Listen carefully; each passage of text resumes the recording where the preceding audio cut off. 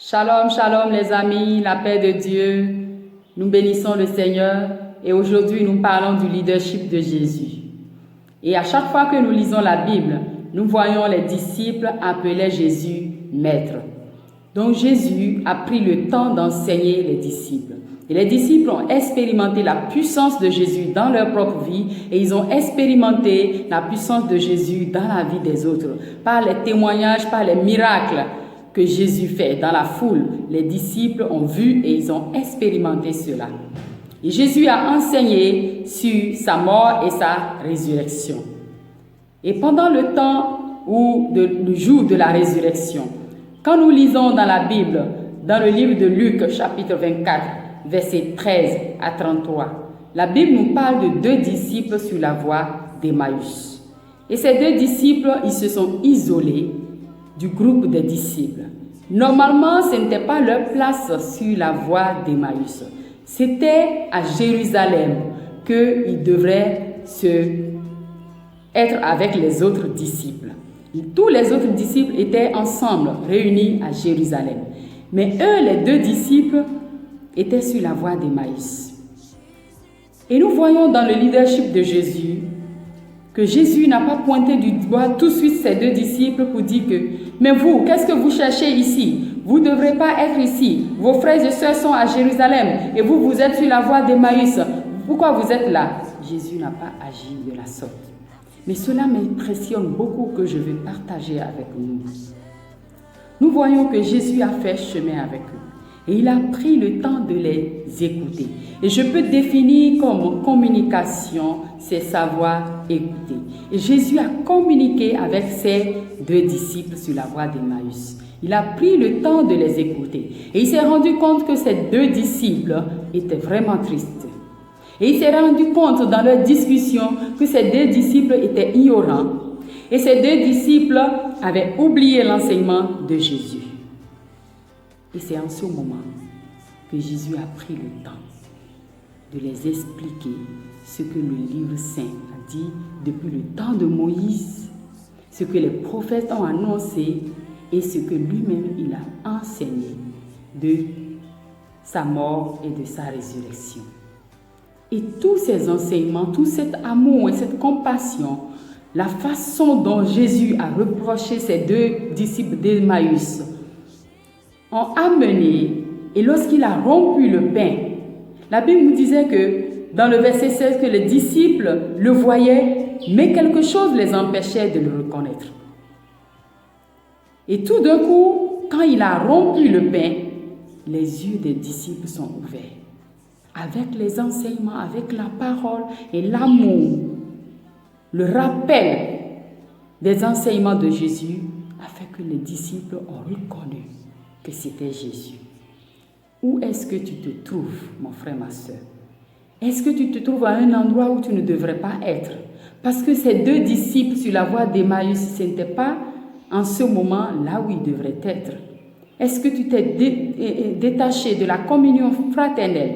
Est-ce que tu t'es séparé de tes frères et sœurs comme ces deux disciples sur la voie d'Emmaüs? Est-ce qu'il y a une situation, un événement de tristesse qui t'a isolé?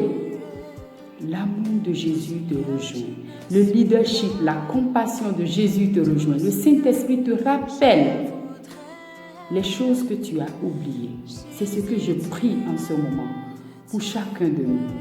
Que le Saint-Esprit nous aide dans nos familles, dans nos assemblées, dans les entreprises, à avoir ce cœur, cette attitude du leadership de Jésus qui rejoint les gens. La façon dont Jésus a repris ces deux disciples sur la voie d'Emmaüs a permis à ce que le verset 33 nous dit qu'ils se levèrent et ils se retournent tout de suite à Jérusalem. Ils arrivent dans la ville où les 11 disciples et tous les autres se sont réunis. Donc la façon dont nous menons notre leadership permet aux autres de nous rejoindre, de se retourner à l'endroit où ils devraient être. Et cela n'est pas facile. C'est pourquoi je veux nous encourager qu'au lieu de juger, au lieu de condamner, au lieu de dire « mais ce n'est pas ce que tu devrais faire », que le Saint-Esprit nous donne la grâce de pouvoir savoir comment reprendre nos frères et sœurs, de savoir comment communiquer avec eux pour qu'ils puissent retourner. Parce que la façon dont Jésus a communiqué avec ses 2 disciples d'Emmaüs les a amenés à se retourner. La façon dont nous communiquons dans notre leadership de parents, dans nos familles, permet à nos enfants de se retourner. Et ces 2 disciples, ils avaient oublié l'œuvre rédemptrice. Le verset 20, ils ont dit, les chefs, les prêtres, nos dirigeants l'ont livré pour le faire condamner à mort. On l'a cloué sur une croix. Et la croix, c'est quoi? La barre verticale de la croix, c'est ce que Jésus voulait rétablir. Nous montre comment Jésus rétablit notre relation avec Dieu. Et la barre horizontale de la croix nous montre comment Jésus rétablit notre relation les uns envers les autres. L'œuvre rédemptrice de la puissance de la croix, la restauration de Dieu que Jésus a fait entre Dieu et les hommes. Cette rédemption, l'œuvre rédemptrice, ces disciples sur la voie d'Emmaüs, ils ont oublié cela. Et nous avons besoin de rappeler, de pouvoir enseigner et de pouvoir rappeler l'œuvre rédemptrice de la croix de Jésus.